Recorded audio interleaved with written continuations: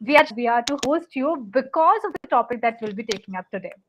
As you might have seen on our social media post, or you can currently see on your screen, that the topic for today's event is NFT, Metaverse, and Web3. Now, we are not talking about explicitly about uh, Bitcoin or cryptocurrency, but we're talking about so many subsidiaries or sister concept of Bitcoin and cryptocurrency. And all these three topics, be it NFT, Metaverse, or Web3, is so much exciting for a lot of youngsters. Uh, Youngsters, content creators, artists, and celebrities as well. It is going to be a thrilling event for us because we'll be taking up some amazing questions and get all of them answered by Sathvik. And now let me just take some time out and formally introduce the panelists here. I'm Arjun Sharma, Communications Manager and your event host. My colleague is handling this event from the back end on behalf of Unocoin. And we have Sathvik Vishwanath as a subject matter expert and the key speaker for this event.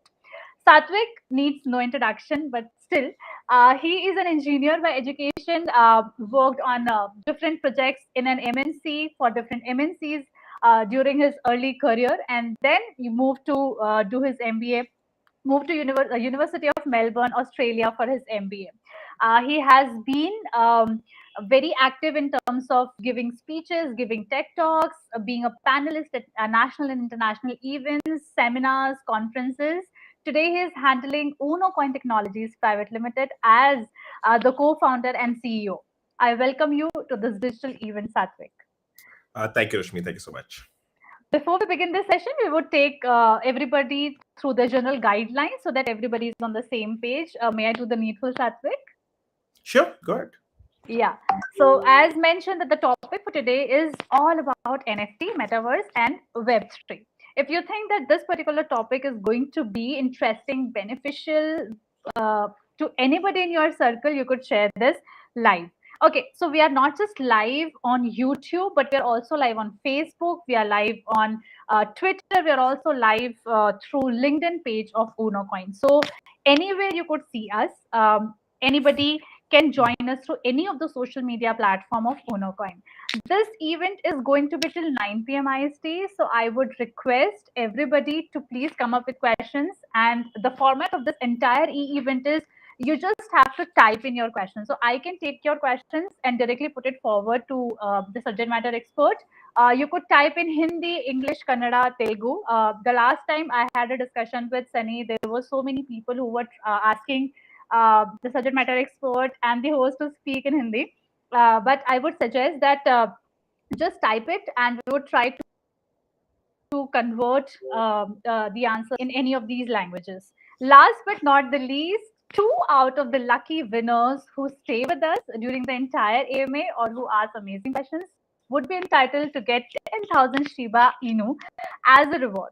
All you need to do is, of course, be with us and ask amazing questions. And all questions are amazing questions. So never be hesitant, never be, shy in terms of asking a question or thinking that it might be a stupid question. No, all of the questions are amazing questions. This is it. And I think we can begin our discussion around NFT, Metaverse, and Web3.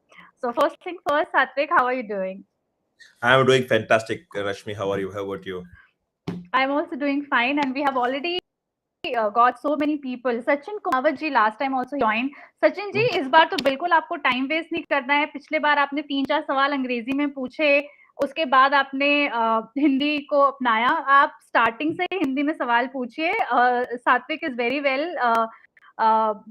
Versed in Hindi. In fact Kannada भी मैंने जैसे बोला और तेलुगु भी मैंने जैसे बोला, तो is like mini India is there in him. So आप सवाल किसी भी भाषा में पूछ सकते हैं. And I would like to give shout out to Vikrant, Sachin, of course, Tausif, Mondal, Aryan. There are so many people. So maybe before I put any question, maybe I'll just take some questions from our audience. Vikrant Gautam says hello. So hello Vikrant from Unocoin, from me, from Sathvik, from everybody here at Unocoin. Aryan जी भी high कर रहे हैं हमें YouTube से. विक्रांत जी बोल रहे हैं can I ask you something. बिल्कुल आप सवाल पूछ सकते हैं. बाय द टाइम मैं औरों के सवाल का को रीड करूंगी, आई थिंक आपने सवाल पूछ चुका होगा. आर्यन जी नमस्ते. यप, आप बोल रहे हैं. तौसीफ मोंडल जी नमस्ते उनोकॉइन की तरफ से। विक्रांत गौतम, चलिए इनका सबसे पहला सवाल हम लेते हैं। I want create own metaverse application, so how many calculated fund need for that? uh, do you want me to repeat or rephrase this question, Sathvik, for you, or you No, understood? I think I understand. Yeah, Uh, okay. but it is like a, I don't think I can measure. It's like saying, I want to create a software company, how much money I need. That is like extremely wide range. It depends on what you want to start with and how you want to take it forward and what you want to deliver at the end. But I am assuming someone who is very experienced in this industry may not ask this question. I have to assume, maybe I should say, for a novice person, how I would reply, right? So see, there are like quite a few open source libraries and such available using which someone could run a metaverse platform. And generally, when they do it, they also create their own token because they need to create an economy with that particular metaverse. Before someone starts doing anything like this, I would suggest them to be a part of some of the metaverses themselves. Just register yourself, log in, look around what's happening in the 3D environment. You need to get a feel, and if you continue to think that there is some kind of utility or something different that you can bring to table, only then consider it. A lot of people just do it for the sake of doing a coin and just masking some kind of utility around it. We have seen in the past that almost all of such projects have failed. So there is a little bit of homework necessary here. But if I have to just pick a number, what should be the amount of money you should have? I think you should have a team of like five, six of you at least. So there is like two people who are in tech and maybe one designer and someone who is working on social media and communications as well, and someone managing everything, including uh, partnerships and networking events and such. So I think like you need at least need six, seven people in that way. At least two should be quite technical in nature, I would say. And if you see, I mean, you should have a runway of about at least like 12 months, because especially now it is true that how much money you can raise initially we don't know because of a lot of things happening in the crypto space. It is affecting the metaverse based token space as well, so someone should be aware of that. So if I have to again pick a number of like how much salary should be end up paying per month basis, if someone is experienced, I think for those five six people or 600 people, you end up paying about 4 to 5 lakhs in total per month.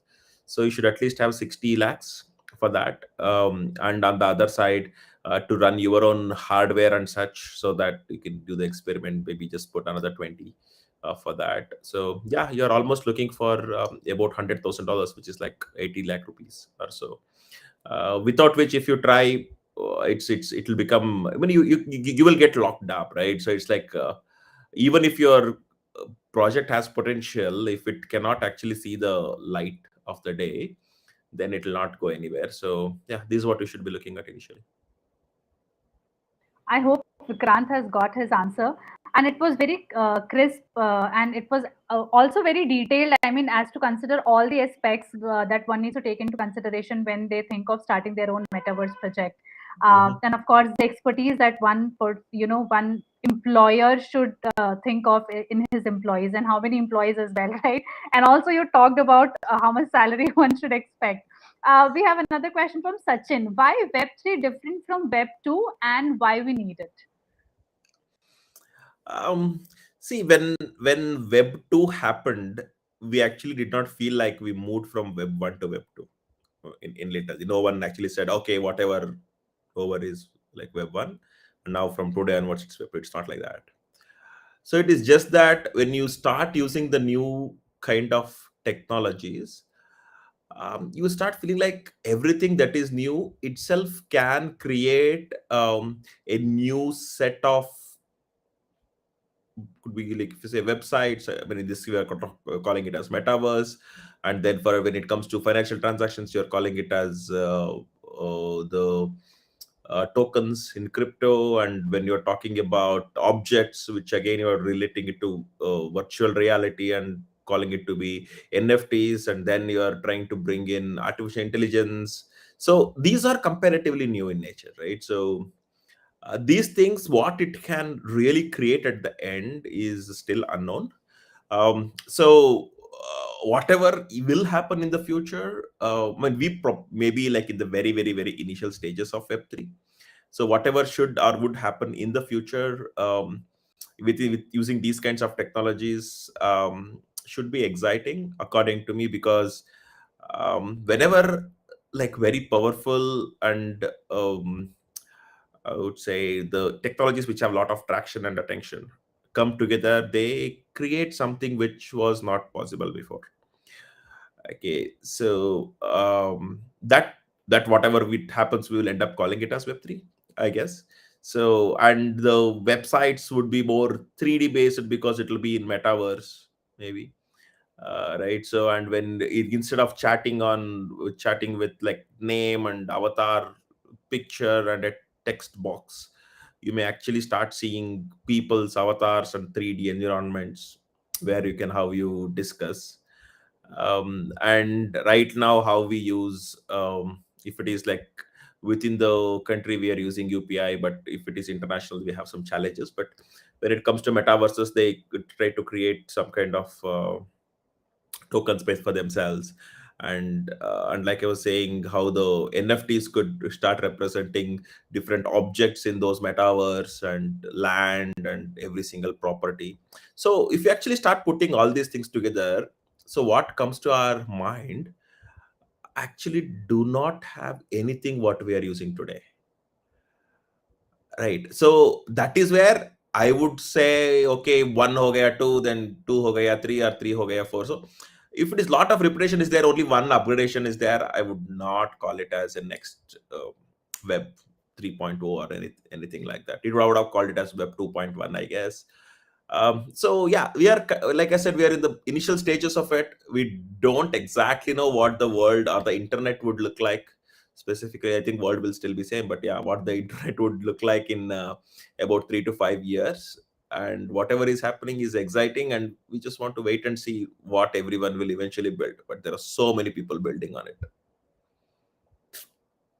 Right. Uh, I think Sachin ji, your question is answered. Vikrant ji, reply why tell me reply my messages. जरूर आपके messages का reply आपको मिलेगा.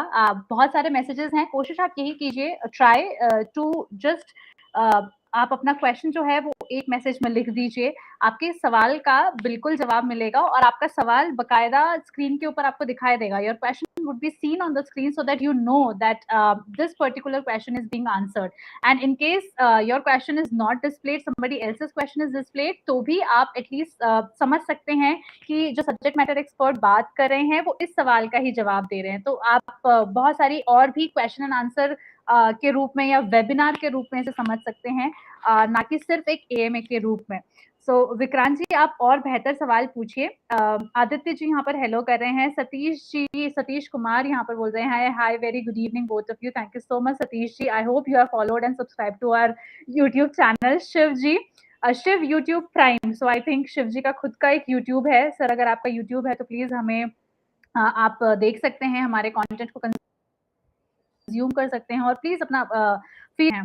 सचिन ने वही सवाल हिंदी में भी पूछा है, Web3 कैसे Web2 से कैसे डिफरेंट है और Web3 की क्या जरूरत है in real life. Is this okay. So Aryan का सवाल है. आर्यन का सवाल लेंगे हम माज यहाँ पर. Is this is tax for buying? could you understand? Yeah, maybe Talking about NFTs, do we have to pay tax when we trade NFTs, buy, sell? for selling, and if you make money, yes.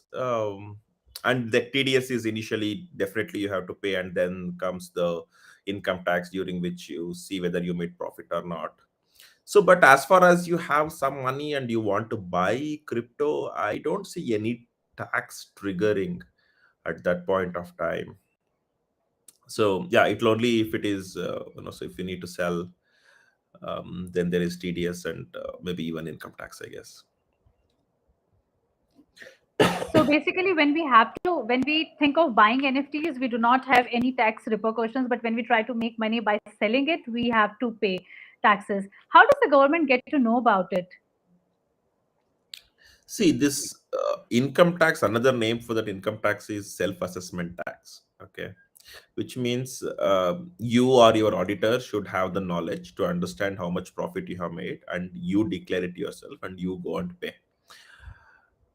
And if the government thinks that it is wrong, they'll come to you, or else they will not even usually bother, right? So sometimes they do the scrutiny, and sometimes randomly, sometimes specifically because someone is doing some type of unique transactions and such, or if the file is very big, to see if there is any kind of tax evasion, if the income taxes that getting paid itself is in terms of crores or maybe tens of lakhs. So yeah, they will have their procedures of how to handle this, I guess. So I mean, we cannot think that government would not know, right? So if you have used some kind of platform, and at one or the other point of time, if that platform submit the information of individuals whoever have done the transactions, they obviously try to check all the files whoever have done the filing, and if they made some profits, it's important they pay. um, but for someone in crypto, doing anything wrong, including tax evasion, is bad.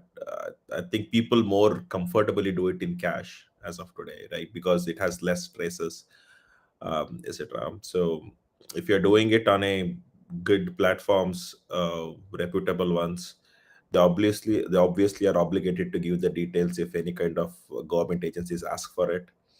So assume that it will be with them one or the other day and pay your taxes. That's it.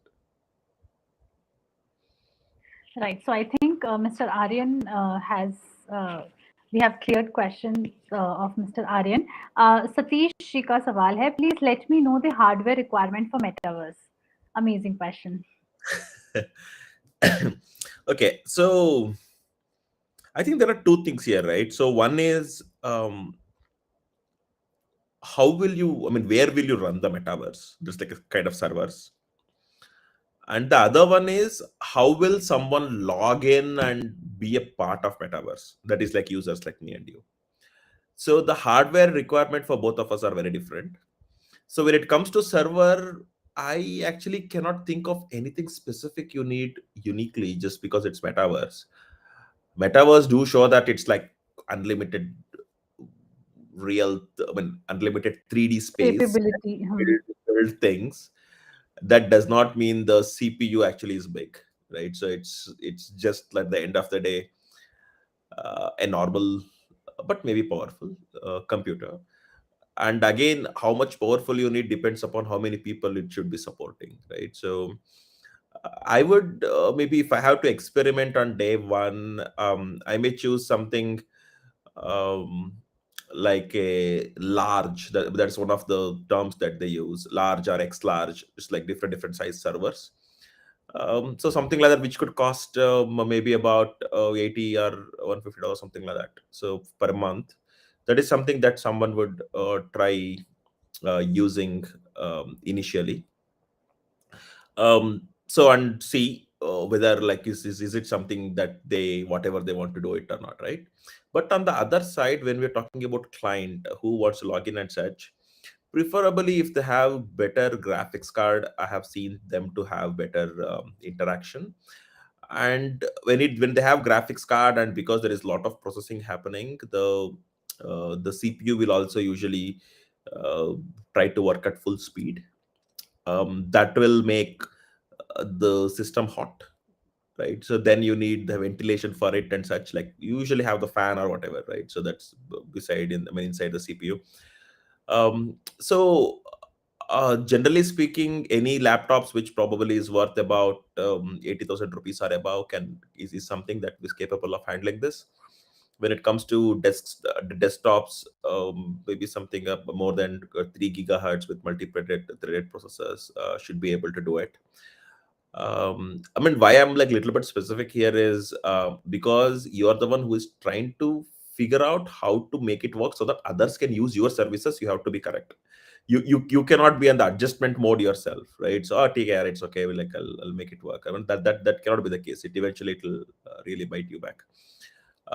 So it's okay to be a little liberal to figure out all the things in a couple of weeks or couple of months, I guess. But yeah, if you want to install these kinds of metaverse kind of system, I think you at least need a large or X large servers. That would be best. Nice. Again, very crisp question, crisp answer. Aryan ji has asked, government has put 30% tax, and 30% tax is a lot. So you have a system, or maybe he just wanted to Hawala say, system, yeah, I mean, that's like Acha a hawala. I thought there's a typo. You know the slang now, right? Because it's been what, around uh, 260 days plus that you have been supporting. So now you have all the support of these communities, so you might be aware of yeah, yeah. these So I mean, communities. see, yeah, I continue to believe personally that the 30% tax is quite high. The only change that they should have done is 30% is okay, but it should have been according to the slabs, right? So I mean, there is some slab which will obviously fall after, if you earn more than 10 lakh rupees per year, that you fall into that particular slab. But if you're again looking at bringing masses kind of thing, lakhs of people, crores of people into a tech like this, they definitely are not falling in the 30% range, right? So most of them actually do not pay taxes at all, because their earnings is comparatively less. Today we have really good internet penetration and smartphone penetration, and people are learning to speak English. And on the other side, there are a lot of apps which is trying to cater in the regional languages of the country as well. And India is having that such a good, the age factor, demographics is good, which is like a very young country. So all of this makes me feel like, okay, you just have like every ingredient you want for having something like this very successful. A lot of countries don't have these privileges, but I'm just thinking that because of the fact that you have to go to an auditor, because they have to bother about how to pay the taxes. It's not about how much money as well, right? There may be chances that you end up paying an auditor, and to figure out that there is zero taxes you have to pay because you didn't make money, and you still have to need it to take an auditor, file your income tax because you got involved in crypto. I think this kind of special treatment should not be there for crypto. It should be seen as so when I say crypto, I'm talking about metaverse and tokens inside that, and NFTs, and everything we can think of, right? So I think it's the crypto now. So I think it should just be blended with any other kind of income, and that just makes everyone's life easier. And I strongly believe by making that, government also makes more money than what they would right now. So it is just not about, okay, you're in crypto then you are making money. That's not true. You are in crypto, then more chances that you actually lose all of the money. Okay. So even that is becoming like insanely true nowadays. If you just do it like little wrong, negligent, scary stories. So yeah, I am not a fully supporter of that, the particular tax regime that happens. But anyway, we live in India. It's the law of the country. We should be abide by it. And I believe over a period of time, in 1 or 2 years, this may get the little amendments to make it very similar to other businesses, so everyone can be a part of it. The Hawala system, what we're talking about, it's according to the law, it's like illegal to do. So, and the taxes cannot be a reason for for someone to do Hawala, because it's like, okay, earning in a good way is difficult, so let me earn in a bad way and I'll just go and murder someone, right? So that should not be the case. You should be like very careful not to do anything wrong, especially when you're doing with crypto, because there is more and more trials traces that continue to exist. When it is very small, it does not matter. But fortunately or unfortunately, if you end up growing big, and these traces can actually will be too tough for someone to cover, so it's better that they're extremely cautious from day one if they are in crypto, not to do anything out of the books. That's what is my suggestion.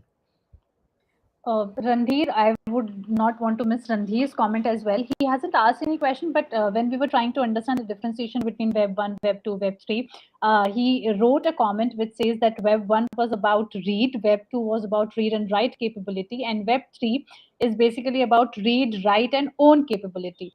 Do you have something to say around this, Sathvik? Do you agree? Would you like to add something to it, negate it? That's a very simple way of looking at it. Just I would say another way of looking at it. Let us put it that way. Because see, right now, like how Web 1 is more like just consumers. You have information, you read it, you consume it, and then you do whatever you want, like kind of it, right? So, but when Web 3, I mean Web 2, which is like mostly what we use today, we interact as well. We write back and someone else reads it, and lot of these communities gets created because of lot of people are contributing to it.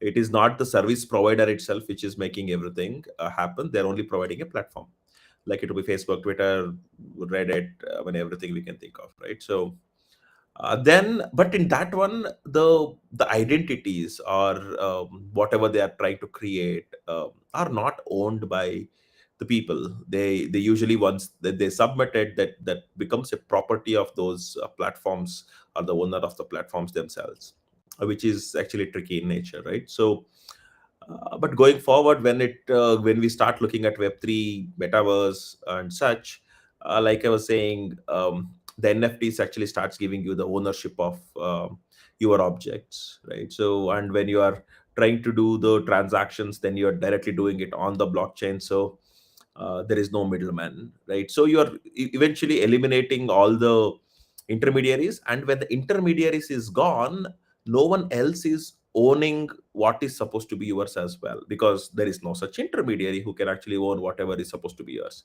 So what will eventually happen is you own whatever you are required to own. So that's how I think that's one way of looking at Web3. Yeah. I think it was again very crisp and something coming from our audience, meaning you already have a good understanding and differentiation points around what Web 1 had to offer, what Web 2 is currently offering, and what we can seek from Web 3. Again, Randhir, kudos to you. We have Sheikh Latif's comment as hi ma'am, hi sir, thank you so much. I hope you are still connected with us. There are some amazing questions. Please stay with us till 9 p.m. IST so that you get to also listen to some of the amazing answers answered by Sathvik, but put forward as a question by somebody else. Sachin has put a comment. We see some category like metaverse, NFT, DeFi, Web3. Sir, can you guide us with some little information like in future you can hold like DeFi, NFT, Web3 because of their use cases, because they have use cases? So I'm not very sure what will DeFi, NFT, and Web3 do together, right? So I understand a little bit about metaverse, NFT, and Web3. So DeFi, even though it's one of the big technologies, new technologies that we're talking about, I'm not too sure how it fits into the rest of Web3, except that there is like an aspect of crowdfunding, right? So how it can be in a decentralized financing way, but that is still not pure DeFi, right? So the DeFi is supposed to work like where one is doing a collateral and they're taking a loan, right? So that's what is one. Then there is this like staking opportunities, and then you have then you have to, like, once you take a loan you have to pay some interest, which actually becomes, and then there is some liquidity tokens and automatic market makers. So these are all I see this again to be on the trading side of things, not specifically on how it'll be a game changer in Web3, but I want to be proved wrong. I want to see how it'll all like club together, and so right now I don't have any crisp view on how the DeFi could actually be like how it can. Um, have any kind of Fine. synergy with other things in Web3, right? So if you're talking about NFT, metaverse, blockchain, I definitely like instantly I know, okay, there is a synergy between all three. I mean, if all three combined, it can actually mean something else, right? So that way. We have another very amazing question, very crisp question, direct question from Aryan. Are regulators ready for the metaverse? So, when you say regulators, do you actually mean somebody from SEC, somebody from SEBI, somebody from RBI, somebody from Ministry of Finance, somebody from Ministry of Technology? You can actually dive deeper into this, Sathvik. I think they are still not fully ready for crypto itself. That is the tricky part of it. Um, See, it is also, I mean, if you see it from their angle, right? So, to just establish a system which somehow can keep the bad actors out and benefit only the good actors itself is a huge and complicated task. And that actually keeps all of our enforcement people and regulators super busy, and that's why even the regulations and everything exists, right? So if I am good, I should be protected. If there is someone who is bad, they should be eliminated. That's like, in principle, that's what the regulator is supposed to do. When it comes to crypto, it is a quite a bit of radical shift, right? So now we're talking about how, okay, the proof exists, but it's still anonymity. There is no real thing, it just exists on the virtual thing, and it just exists on the blockchain. And when it comes to the legal aspects of it, today I cannot stand in the court and say how I did a transaction on blockchain and there is a proof by showing the crypto hash of it and say that I have done a transaction. But for all of that, there are traditional mechanisms, right? So if you have done a transaction by using a bank, you show a bank statement, oh my god, it's 100% valid. But if you show a printout from blockchain.info, what is it, right? So so there's a lot of trickiness still available. But also we need to understand that technology comes first and then comes regulations, right? So we want to see what are the different issues or problems that will happen, that will get created because of the technology, so that then you say, okay, if this is the problem, then who can take advantage of it and who cannot, and who can be a victim, and then you write a rules so that you safeguard the one who could be victims and try to eliminate bad acts. So that's like the basic funda. So yeah, I think if you're talking about metaverse, maybe they'll be ready in 5 years or 8 years. I don't know. But however, that on the other side, no one stops you from building something that is unregulated. That's the good thing, right? So no one will come and tell, okay, look, this metaverse is not regulated, so whatever you're doing is wrong. That's not the case. Everyone understands a simple concept that not everything can be regulated from day one. If it has to be regulated from day one, then you need to have enough information, everything you need to know on day one, which is like impossible, right? So it is like the baby is born, then it has to grow to some age to know what they want to choose and how it can be a good person or a bad person, kind of thing, right? Which it's very similar to that here. So I think the crypto, maybe the governments and the regulators start accepting it. They have started accepting to some extent of what's happening. They understand it just exists. They cannot just eliminate it. It's not like 2016-17 anymore, where when you say you should be scared to tell you're in the crypto, right? So it's and in 2018-19 was even more bad, where the banks were saying it was illegal. The RBI, people just understood that to be illegal, even though the issue was different. So now it is okay, I guess. Continue to be unregulated, but at least we have some taxation norms and we have advertisement norms, etc. We still want some customer protection and I think the uh, commoditization, or I would say categorization, right? So whether it's a category of commodity or an asset or currency or something of digital in nature or security. So we will obviously, like, not everything is there on the table, but to some extent it is there. So maybe in a few years, 5 years or so, metaverse may exist like how crypto is today. And also the government, we will need to understand that they cannot come up with rules crisply, which if it have loopholes, people will exploit it, and it still means it's valid. I mean, like, it's not punishable. That's a bad idea, right? So when the rules is coming, it should completely keep the bad actors away from it. That's how the rules should be, or else it will be a boon for bad actors to actually take advantage of the regulated, a so-called if the regulation comes in without full research, right? So, and they could take advantage of it, and they can create bad. So um, yeah, it'll take its time, I guess. Simple. Nice. We have another question from Satish. I'll paraphrase his previous question because I think this is a continuation of his previous question. So he was talking about the hardware requirement if somebody wants to set up their metaverse, right? Basis that he has asked another question, and how much it is secured.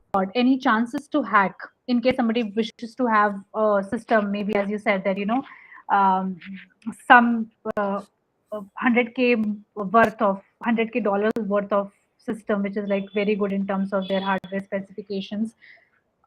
Are they still susceptible to hacks? Is what Satish is asking.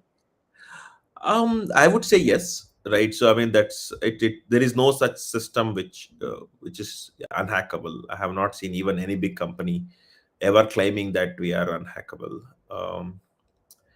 So given that particular case, I think what makes it more resilient is how the decentralization itself work.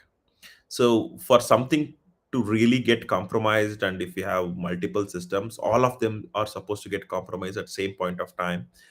And if the different people are owning it, different locations it is there, on different networks it is there, but still all of them connected to the internet, then it becomes like very, very, very challenging for a hacker to take control of all of the system at once, right? And now we start thinking about what if those that is spread across countries, and if there are thousands of them in number. Usually that's how, like, for example, that's how Bitcoin is successful, right?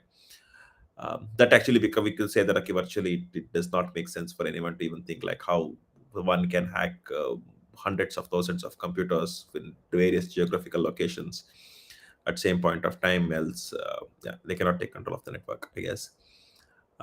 So in that way, I think it can be secured by just making sure there is no single point of failure, and if one thing gets hacked, it does not affect the rest of the network. um, but obviously, when if someone is thinking of creating a metaverse, they really need to go. There's a lot of like crypto audit firms. I'm sure they would also look at the code if we write it for metaverse based scripts as well, I guess. So it's necessary, and here it's all like, trust is like really, really important. uh, when I say trust, then people are trusting the code, right? So that's how it works. They don't need to trust anyone else, kind of thing.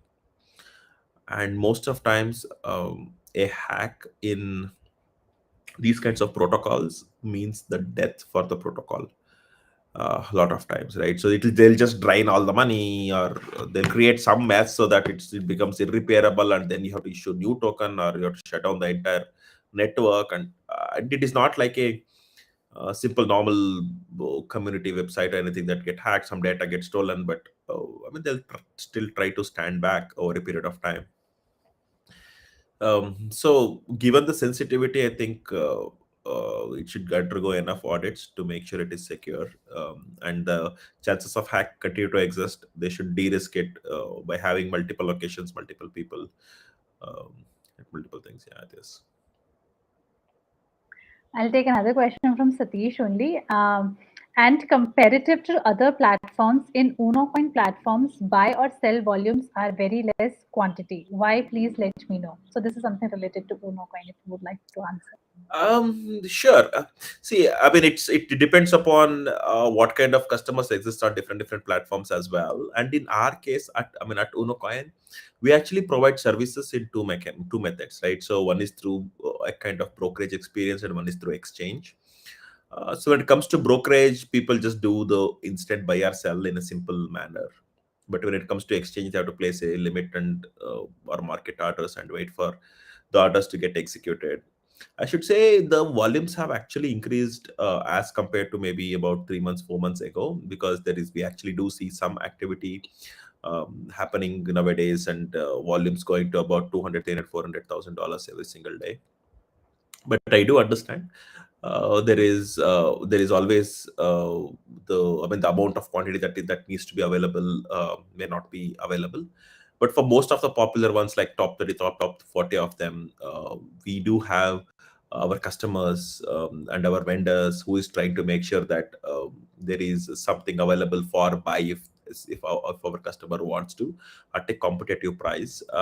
So if you haven't come to our platform recently, I definitely recommend you to come down again and see like how we are performing. So at the speed at which the execution was happening and the volumes, like all of that is like maybe 2x, 3x, 4x better. We continue to improve as well with the feedback of people like you. However, crypto do face its own challenges in a country like India. So it's we have to just grow deliberately in a manner that we can handle all ups and downs and make sure that we continue to serve our customers. Right. Very positively handled, Sathvik. We have another question from some comments from Aryan, but I think since it's interesting, I would like to take this up that he invested INR 100 in Shiba Inu back in 2021, and then he earned up to 10 lakhs, but he doesn't want to give 30% tax to government. I know, but as I mentioned that every comment is equally valuable to us, and there could be so many people like Aryan, and of course we need to talk about it. Maybe clear some clouds. Satvik, Uh, what do you have to say? yeah. Okay. Like when we live in India, in a country India, right? So where we also become tax residents here, right? So if I am outside the country for more than 182 days and working somewhere else, then I am not tax resident. But if I am in India, I am tax resident. And there are a lot of services that we take from the government, right? So it could be the roads to security to health to like Infrastructure. multiple things. See, we are not living in a forest, for example, right? So definitely we don't have Naxalites in just front of our home. Okay, so there is lot of expenses that even government incurs to make sure that these things happen. I mean, this is more like my personal opinion anyway. It's nothing specific to Unocoin or the the the way. I mean, the particular. I was just trying to comment. So it's equally important that when we make money, we contribute some money to the government to help us stay safe and continue to grow. Not everyone can contribute because their income slabs are different. If you also see, for example, wherever there is, according to government, if there is if someone is making easy money, then they actually try to tax more. And actually crypto is seen that way, which actually it's not really. It has its own challenges to make money, right? So let's say if you win a prize in Kondurega Karotpati, right? So then it is like 33% taxable instantly. It does not matter what is your income tax slab. If you win a lottery ticket, it's something like that. And then if you do betting gambling, then there is some taxation slabs, like which are again different than the normal tax. And here also it's there. So yeah, you have made money, you have made profits, congratulations about it. And the particular money you have made, I'm sure it's falling into the 30% slab, because if you have already earned 10 lakh, I think whatever other incomes you would have earned is pushing you to that particular thing already, I guess.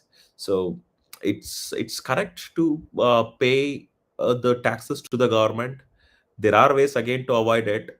And if it actually comes back, then you pay, apart from just the income tax, the interest and penalty also, which could actually be like really, really big. um, so it is just the right way of doing it. Then it again comes to person's ideology of how they want to handle this. Yeah. Right. We have one question from Sachin yet again. Is crypto used in black market? If our public address leak and someone send huge amount and we explain that we don't have any relation with any illegal activities, how we feel safe? Okay, How actually? Hmm. this is a very, very valid question. But the answer is unknown. um, it's again like like bank account, right? So not like some, I mean, it's actually more serious in bank accounts. If you actually see this particular issue, I can randomly write one account number in maybe an HDFC bank, and it actually would belong to some person who could be like obviously innocent, right? And if some kind of money that is used for illegal activities actually gets into that account gets frozen like in a matter of minutes, and they have to fight in the court for like I don't know how long to actually like get their own money out, right? So it is in the best interest, and we just hope that nothing else goes wrong. It is as simple as saying that, okay, if I get on the road, I could get accident. How can I feel safe? Yeah, that is true. At the end there is some risks, because you are getting on the road, you have a bank account, you are in crypto, so there are some risks. But again, no one is forcing you to put say that, okay, this my name is Sachin and this is my address in public information. So stay discreet, only give your addresses to whoever need to send you the crypto and such. uh, Even though the information on blockchain is public, they don't know the identity of people. So that's like to a large extent it is saved, right? So there is maybe 10 people know about that to be an address, but rest of the population in the world do not know, right? So you should just be cautious, and if something goes on like whatever you're saying, I mean, nowadays at least we have like the cybercrime police stations.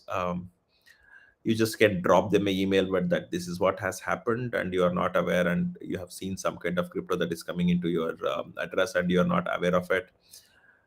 There are instances, at least not in this country but in other countries, where they got some huge amount and they actually kept it for themselves and they didn't say because it's crypto anyway. And when issue turned to be bigger and it got traced to them, they really got hurt. Sometimes what they actually do also is to see if you can be a trappable victim later to recover that money later, right? So if something is going wrong and such, they'll just push that money to your addresses and such. So there's like multiple ways, and some people just create new addresses. There's like 100 different ways, but if something just turns up, I think you just go and create a complaint on cybercrime police station. So in that way at least you're protected. It is like, your bike is lost. It's first thing important is you should go and give a complaint, not because you want that bike back, but you don't want someone to use that bike to kill someone and that issue comes on your head. So it's better to instantly bring it to the notice of some kind of government records, or like the creation of a complaint would be helpful, I think. Yeah. Quite a good analogy. Akansha has asked. Akansha has asked one question. क्या आप limit दे सकते हैं? Is this limit related to the limit we put on in our application? I'm not so sure of it. Akansha, if you're still there with us, आप अगर हमारे साथ अभी भी बनी हुई हैं तो आप थोड़ा-सा ब्रीफ करके हमें बता सकती हैं आप कौन-सा सवाल पूछना चाहती हैं? क्योंकि जो लिमिट आप कह रही हैं इसके बहुत सारे मायने होते हैं। तो अगर आप Unocoin की एप्लीकेशन के अंदर जो स्टॉप लिमिट वाला फीचर है, अगर आप वो कह रही हैं, उसको आपको यूज़ करने में परेशानी आ रही है, उसके बारे में वो कैसे काम करता है, अगर आप ये पूछना चाह रही हैं, तो आप वो हमें बता सकती हैं। How do brands enter the metaverse? I mean, we are talking a lot about metaverse, even though we have this extensive discussion around NFTs and Web3. But I think I was anticipating कि NFT के ऊपर इतने सारे सवाल आएंगे because we have done sessions on exclusively on NFTs. But I think our audience is very much aware about metaverse, and they actually try to explore metaverse and maybe do something around it. So, Aryan का सवाल है, how do brands enter metaverse? See, I mean, to just like quick, dude, give a quick comment, right? So about NFT and metaverse. NFTs is more like objects you see in your home, right? Metaverse is actually the home itself. So once you have objects, you obviously want to see like where do you use best use of it. In a way, I would also say the gaming platforms where you can use NFTs is also a kind of metaverse, right? So there is no very specific definition of what metaverse is. but it is a universe where nothing real exists. It's like as simple as that, right? So yeah, so when it comes to this particular question, how do brands enter metaverse, the first thing that we have to understand here is uh, there is no single metaverse, right? So you can create one tomorrow, and already as of now we're talking about hundreds of them which exist. So even the metaverse technology or the concepts become successful, you choosing to invest in a wrong metaverse, or the metaverse which did not succeed, will still make you a failure. Okay, so what this eventually means is you have to first choose where you want the brand to be established. If you're talking about a metaverse where maximum people do come, because it's about brands, and when it is brands, it's about advertisement. When it is advertisement, you need people, which means traffic, I guess. When that is a requirement, I think they should obviously choose the metaverse like Decentraland, etc.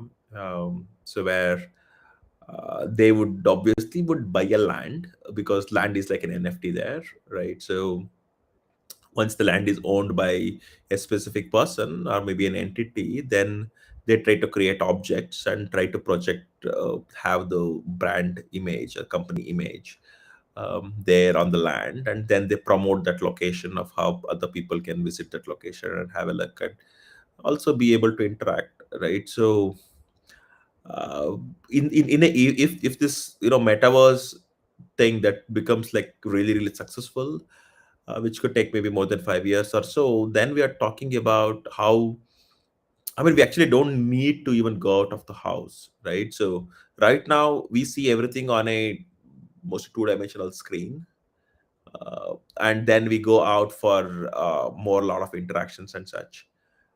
So the metaverse is actually again bringing people closer, but at a completely digital manner. Um, some people may hate it, some people may love it, but the future do hold. I mean, have this in it. It's definitely happening, um, right? So I have seen lot of companies like IBM and such having a land and creating some hoardings and some kind of advertisements and manuals, and try to do product launches and such things in metaverses. So that's how I think the brand would try. And it is within simple words, there is no rules. I mean, how would you do something? You just do it your way. That's all. Yeah. Okay, we have a question from Satish again. मुझे लग रहा है सतीश आज 10,000 Shiba Inu जीत के लेके जाने वाले हैं. आज जाने ही वाले हैं. Let me just confirm. Please list the Polygon coin in our Unocoin exchange. आर के लिए तहे दिल से धन्यवाद, बिकॉज आपने हमें अपना समझा. Are Unocoin exchange, it's my request only. Satish, आपको 10,000 शिबा आई न्यू मिल ही रहे हैं. You can claim by DMing us. आप अभी YouTube से जुड़े हुए हैं, तो आप किसी भी सोशल मीडिया हैंडल के Unocoin के ऊपर डीएम करेंगे अपने सोशल मीडिया हैंडल से, तो आप क्लेम कर सकते हैं. मेरी इंटरनल टीम आपकी खिदमत में हाजिर है. तो of course, want to say something, because this is actually not a question, just a request from our user. Yeah, yeah. Obviously, we do have the Polygon already, like Matic, already on our platform. But I Yes. think they're now talking about Polygon as a chain by itself, not Polygon as just the token that already Hmm. exists on Hmm. top of ERC20, like Ethereum blockchain, I guess. So going forward, I mean, we definitely have that as a part of our roadmap. Maybe it will be something of that could be a reality in about 2 3 months, I guess. We'll have to see. Yeah. We have so many other coins that we have listed. In case you see on your screen, you would see the new coins that has been listed just 2 weeks back. uh, See, you could actually see we have Moon River, we have Anchor, we have Glimmer, we have Quant, we have Koti, we have ENS, we have Reef. There's so many amazing tokens that we have listed. Randhir has a question, and he has joined us from Facebook.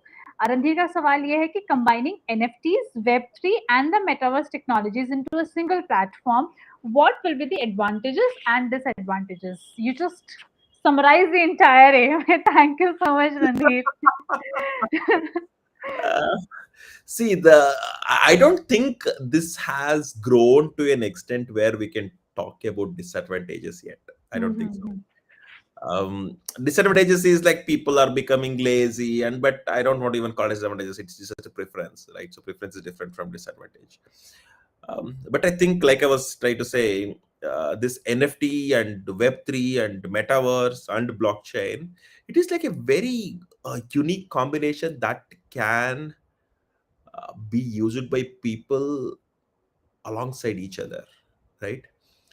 So what do I mean by that? So when I mean we actually get amazed by Bitcoin, right? So for example, so there are, I think, three or four different things that made Bitcoin possible. So I mean blockchain actually came a little later. That's not even a term, but we're talking about in 2009 when someone is trying to think of different things here to create something like conceptualize something like Bitcoin in their head. They're talking about how the cryptography works. Um, then they're talking about how there should not be a single point of failure, and how the information should be in multiple places but not in one place, and how information cannot be just copy pasted and replicated, right? So it's like quantity and whatever thing. So these are all like different things. So we call it about like Byzantine algorithm problem and You such things. mean double spending problem? Yeah. So these are all the required, but then we figured out, okay, if it is not a, I mean, it should not be spent again, then we should use something where everyone has a shared information so everyone knows it, so someone cannot double spend it. And if it cannot be one point of failure, then the processing of who is doing what should also be known to everyone, right? And then comes like, why are they doing it? Because then there should be incentive. So when we try answering one question at a time, I think I mean today if I retrospectively think, I'll again end up with Bitcoin only, right? Okay, so why am I saying this is there's four or five different amazing things which came together, and they all those four or five things existed since for a long time already, and they have not come together in a conceptualized way that created Bitcoin, right? So it was when it happened 2009.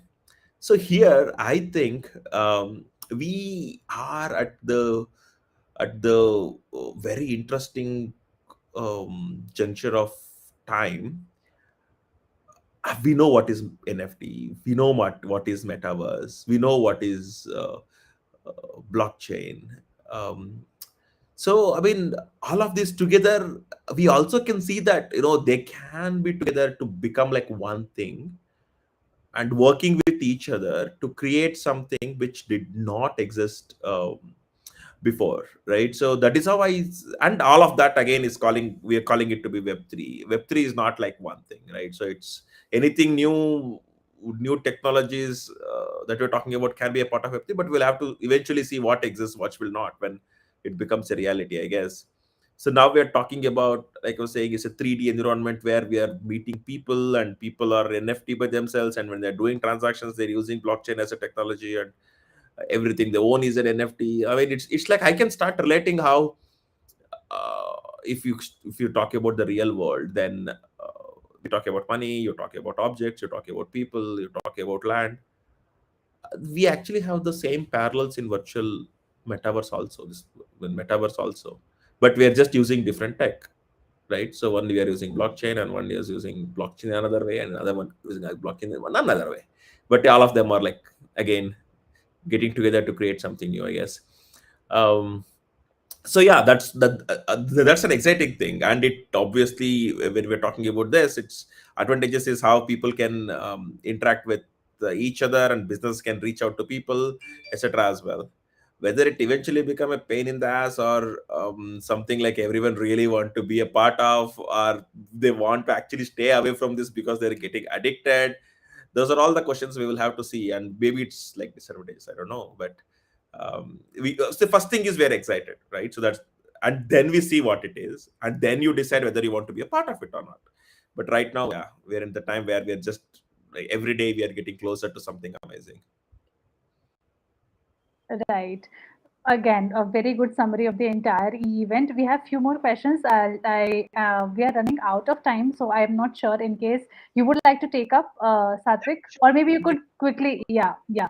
So we have this question from Sachin saying that NFT use in football gambling, is it safe investment? NFT is used in football gambling, so he wants to understand if it is a good investment strategy to start with. See, it's very tricky question, I would say, and the question actually has multiple things. It's like, right. So first is who is issuing that NFT. That's the first thing. And what, according to us, will that NFT mean maybe 2 years from now, 5 years from now, right? And why specific to football? You're talking about football, okay, but why are you using the gambling there, right? So, and when you're using gambling there, why are you calling it a safe investment? It's like so many conflicting uh, so many conflicting things that exist here.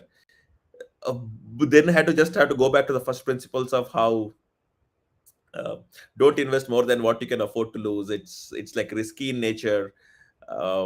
Crypto is the last thing you should touch if you have a weak heart, kind of thing. So but if it is like NFTs, it is an uh, unknown future, for time being at least. So what was NFT 1 year ago is very different from what it is today. So uh, and it's that kind of ups and downs are always there. And when it comes to crypto, when it actually rises and goes to the peak almost in no time, and then it subsides, and finally it figures out a new level of like where it should supposed to exist. But just because everyone have access to it, and the companies and exchanges are making everyone get an easy access, the way people rush, as if, I mean, it's like again FOMO kind of thing, fear of missing out. So that happens, and it's tough to predict. And if it was easy to predict, I would not call it to be volatile anymore, right? So it's like more stable already. So if it comes to NFTs, it has its challenges. That's the first thing. And if you think it is risky, then understand that you could lose all of it as well. And then take your safe bet. I think that's all. We have, I think, few more questions from Aryan. Aryan का एक यहाँ पर बहुत अच्छा comment आया है, compliment आया है, in fact, saying that sir, you explain the things very properly. Thank you so much. Satvik has received the compliment. Uh, the So there are two more questions. What are the connections between NFTs and cryptocurrencies? Are NFTs the future of art and collectibles? I think the one is yes and no question. So are NFTs the future of art and collectibles? I think Okay, I'll just take these two. That should be good. So, what's the yeah. connection between NFTs and cryptocurrencies? So, both use blockchain as a technology to, for where the actual value exists and it's getting stored, and such. And because both are on the blockchain and it is like very interactable with each other through smart contracts and such, um, so it's easy to buy an NFT using a crypto than using any other kind of traditional payment mechanisms, I guess. um, but however, both are absolutely virtual in nature. The value of it in the future is unknown. No one have the obligation to buy it from you, again, like once you have it and such. So after you being aware of it, both can make you money. So that's the risk that you would end up taking, saying that okay, this looks to be the next, in the next 5 years this looks to be successful, and that's a bet you take. And again, that is not wrong, because say in 1990, people were taking bets saying that there is a dot-com boom, right? So you cannot talk about like how it is a wrong or right. It is just that people were trying to foresee what should be the next big thing in the world, and and they want to take a piece of it by doing some kind of investments, or actually building it, or mentoring it, or whatever way they could do it. And the same thing is happening right now as well.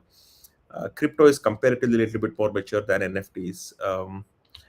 The risk with NFTs continues because who is giving that, who is issuing that, will they continue to stand? Because here, to some extent, even the issuer will matter. It's not like crypto where the issuer does not matter.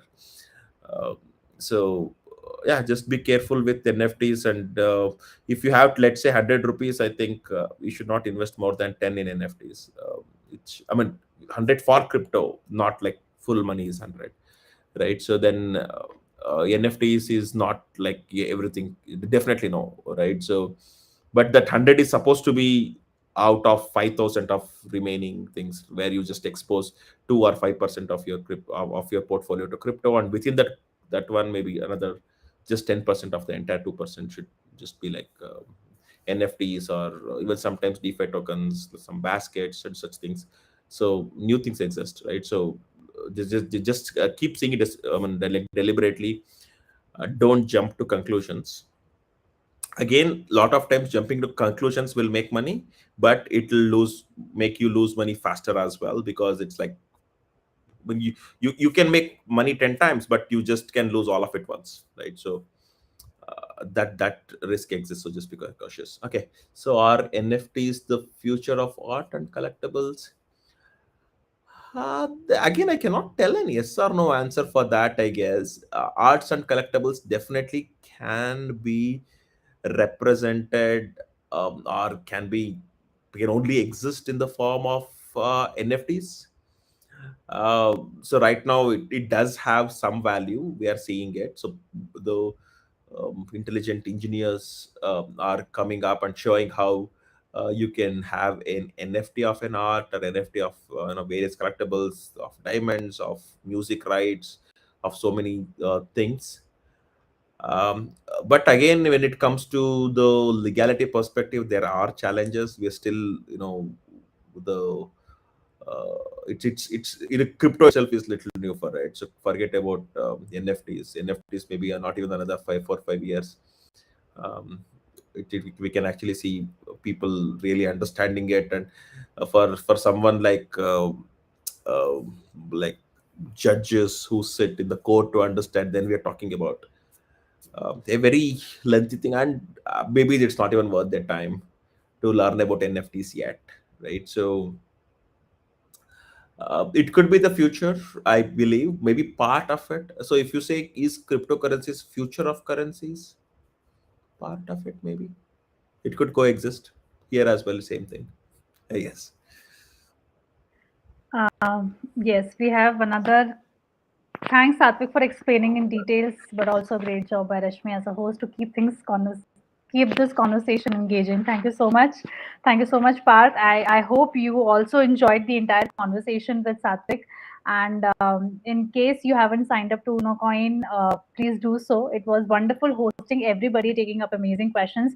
We have surpassed, actually reached our entire limit of the Unocoin AMA. So it was amazing discussing about the entire NFT, Web3, and Metaverse space. Uh, this is the time for me to announce the two lucky winners who would be rewarded 10,000 Shiba Inu, and they are none other than Mr. Satish and Mr. Sachin.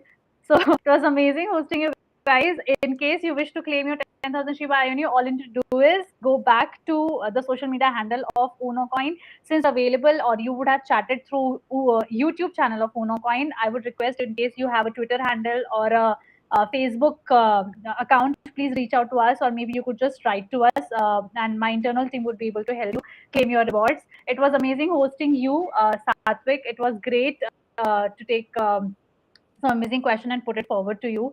And the way you explained, it was, really amazing, for a person who is crypto enthusiast, somebody who is into NFT, Metaverse, Web3, DeFi, or maybe in none of these, right? It was amazing. And we will see you guys soon again for our next set of AMAs. We'll have Sunny and Sathvik as the subject matter expert, through audio format, through audio visual format.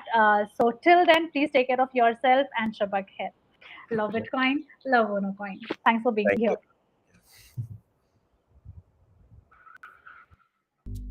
जब मैं तेरी उम्र का था ना, तो एक successful career, long term planning, सब रेडी करके रख चुका था और एक इन महाराज को देखो पूरा दिन फोन में लगा रहेगा। दैट प्लानिंग तो मैंने भी कर रखी है Unocoin के साथ। नए जमाने के साथ नई चीजें आजमाएं। Looking for bitcoin? Download the Unocoin app.